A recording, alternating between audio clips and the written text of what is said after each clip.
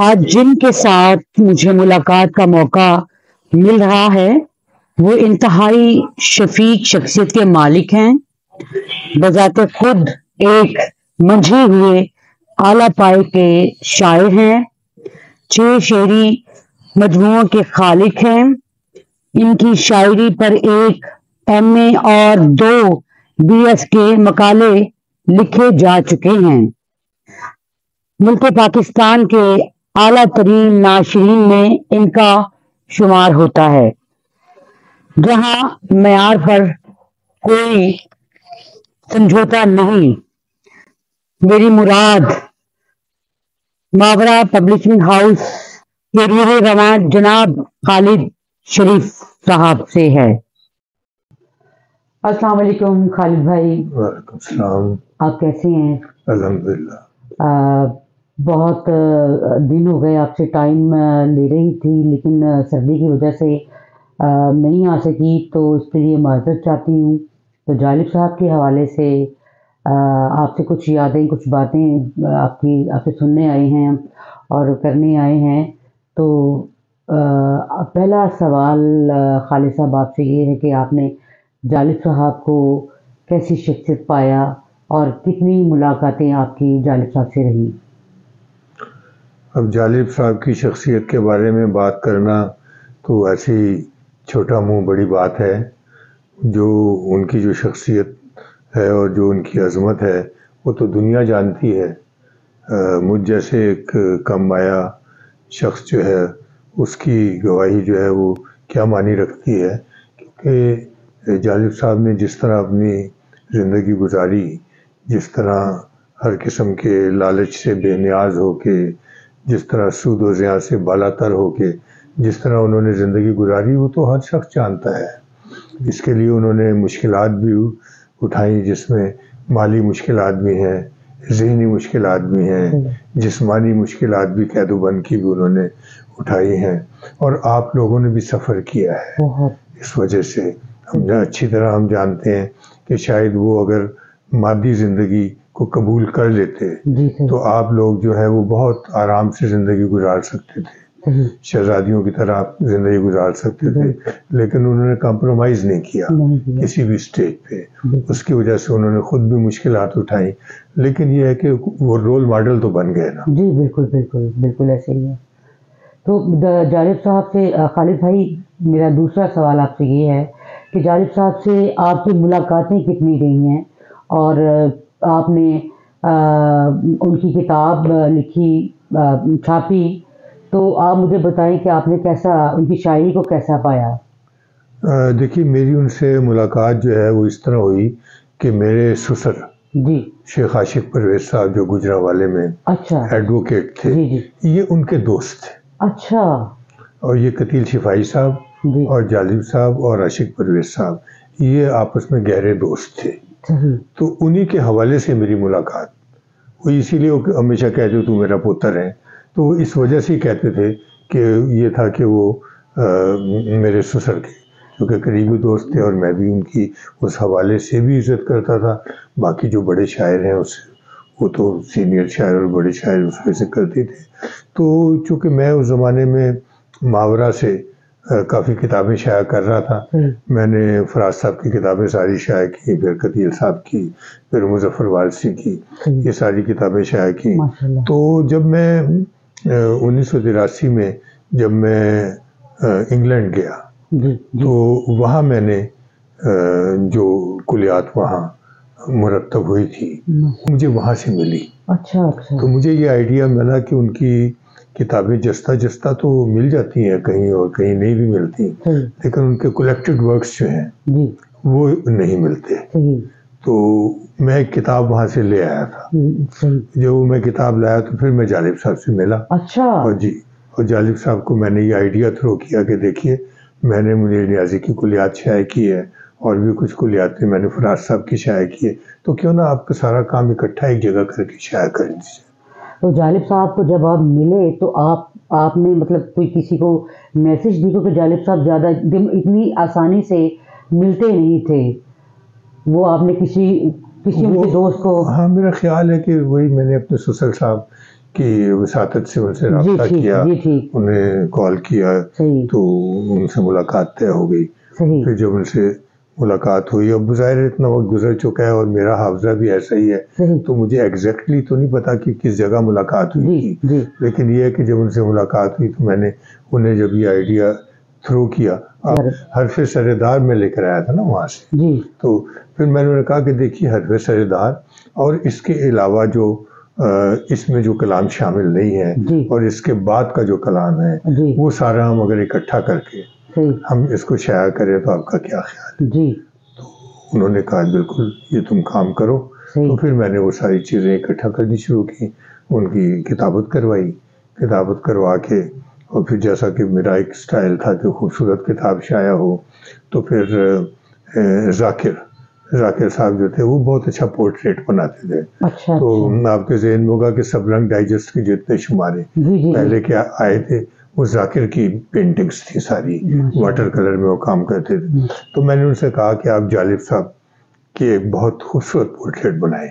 تو انہوں نے وہ بنائی اور آپ کو علم ہوگا کہ پھر وہی بعد میں ہر جگہ اخبارات میں بھی استعمال کی، بعد میں بھی جہاں جہاں سے ان کا کلام چھپا وہی پورٹریٹ لوگوں نے شامل کی. قطع کلامی کے لیے معذرت، میں یہ بات میں اضافہ کرنا چاہوں گی اور ذاکر صاحب کی جو خدمات ہیں ان کو خراج عقیدت بھی پیش کرنا چاہوں گی کہ انہوں نے اس قدر جالب صاحب کی وہ خوبصورت تصویر جو ہے بنائی کہ وہ تصویر آج بھی کبھی بھی آپ انٹرنیٹ پہ ایکسپلور کریں تو سب سے پہلے وہ تصویر جو ہے آپ کے سامنے آتی ہے، اور وہ انتہائی خوبصورت، اور ان کے چہرے، ان کے جو خد و خال ہیں وہ بہت واضح ہے اور انتہائی قریب ترین تصویر جو ہے وہ جالب صاحب کی، اور وہ سرور کلیات حبیب جالب پر اس قدر سجا اور اس قدر خوبصورت لگ رہا. یہ محاورہ کی میں کہتی ہوں کہ یہ بہت بڑا ان کا خراج تحسین تھا جالب صاحب کے کاوشوں کو، اور یہ بہت ہی خوبصورت ہمیشہ لگا ہے، ہمیں ہمیشہ بہت اٹریکٹ کیا جالب صاحب کے اس پورٹریٹ نے،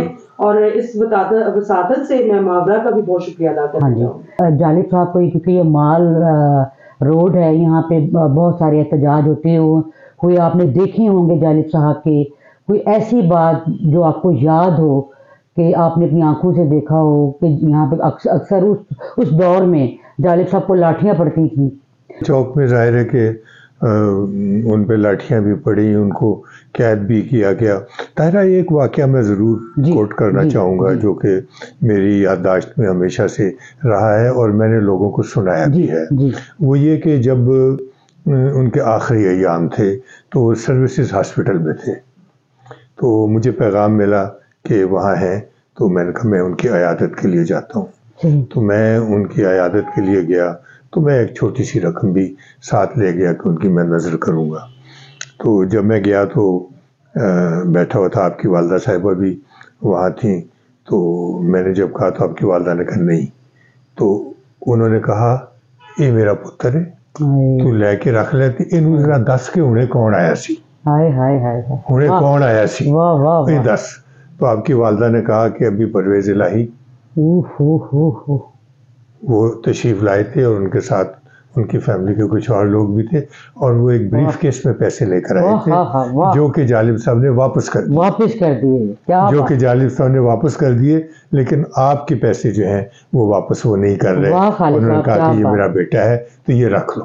کیا بات، بہت یہ میری یادداشت میں یہ چیز جو ہے یہ بہت بڑی بات خالد بھائی. ہمیشہ ایسا ہے کہ ہم جالب صاحب کے بارے میں بہت سارے لوگوں سے جب بھی ان کی بات سنتے ہیں، جب بھی ان کے بارے میں کوئی بات ہوتی ہے تو ہمیشہ ان کی سیاسی شاعری کے اوپر بات کرتے ہیں، ہمیشہ ان کی مزاحمت کے اوپر بات کی جاتی ہے.